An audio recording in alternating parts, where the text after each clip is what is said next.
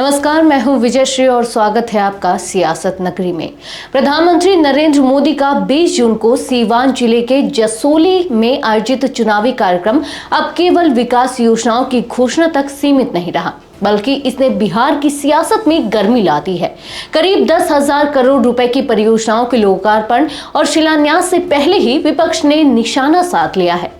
PM Modi अपने 5वें बिहार दौरे पर कुशीनगर एयरपोर्ट से हेलीकॉप्टर द्वारा सीवान पहुंचेंगे, जहां रेल मंत्रालय की ओर से आयोजित कार्यक्रम में पाटलिपुत्र गोरखपुर वंदे भारत एक्सप्रेस और मरहौरा की लोको फैक्ट्री में बने पहले इंजन को हरी झंडी दिखाएंगे।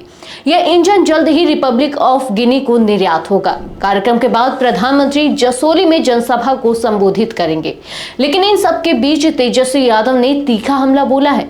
उन्होंने कहा, प्रधानमंत्री रोजगार या पलायन पर नहीं, हमें और लालू जी को गाली देने आ रहे हैं। यही नहीं, तेजस्वी ने तंज कसते हुए कहा, क्या प्रधानमंत्री मंच से अपने तीनों दामादों को माला पहनाएंगे, जिन्हें बिहार के आयोगों में बिठाया गया है। उन्होंने एनडीए को नेशनल दामाद आयोग तक कह दिया।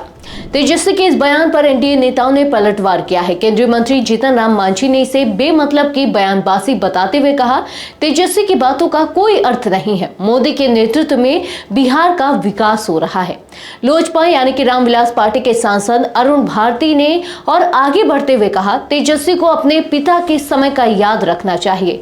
लालू राबड़ी राज में बिहार में सिर्फ चरवाहा स्कूल और जंगल राज ही था, अब असल में विकास हो रहा है। मंत्री जी का बिहार आना और बिहार आके अलग अलग योजनाओं को, जिसकी बिहार को बहुत ज़रूरत है, अगर दे रहे हैं तो ये प्रधानमंत्री जी का स्वागत होना चाहिए। उनको इस बात के लिए साधुवाद देना चाहिए।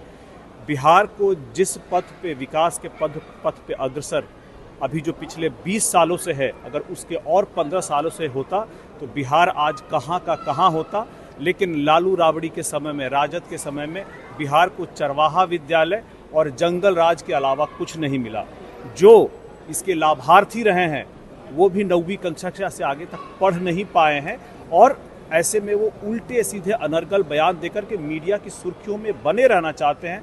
सच्चाई ये है कि बिहार जिस विकसित भारत के पथ पर आज अग्रसर है, इस बात को देख करके तेजस्वी जी को भी तकलीफ है कि अगर बिहार की जनता आगे बढ़ जाएगी, पढ़ लिख जाएगी, चीज़ों को समझने लगेगी, तो उनके एजेंडे को, उनके जातिवादी जो उनकी राजनीतिक सोच है, उसको नकार देगी। और धीरे धीरे आप देख रहे हैं कि जनता उनको नकार भी रही है। गौरतलब है कि पीएम मोदी का यह कार्यक्रम सिर्फ सीवान नहीं बल्कि छपरा, गोपालगंज और पूरे सारण क्षेत्र को ध्यान में रखकर तैयार किया गया है। छपरा कभी लालू यादव का संसदीय क्षेत्र रहा है और गोपालगंज उनका गृह जिला। ऐसे में यहाँ की हर गतिविधि चुनावी समीकरणों को प्रभावित कर सकती है। हालांकि बिहार की सत्ताधारी पार्टी में स्वास्थ्य मंत्री और मुख्यमंत्री के बीच पहले से ही तालमेल की कमी की खबरें चर्चा में है। ऐसे में एनडीए के भीतर भी दरारों की सुगबुगाहट को विपक्ष हवा दे सकता है। बिहार की सियासत अब तेज होती दिख रही है। पीएम मोदी विकास के दम पर वोट मांगेंगे तो विपक्ष तेजस्वी यादव परिवारवाद और सवालों की धार से मुकाबला करेंगे। बैटल 2024 की एक और बानगी सीवान में दिखेगी।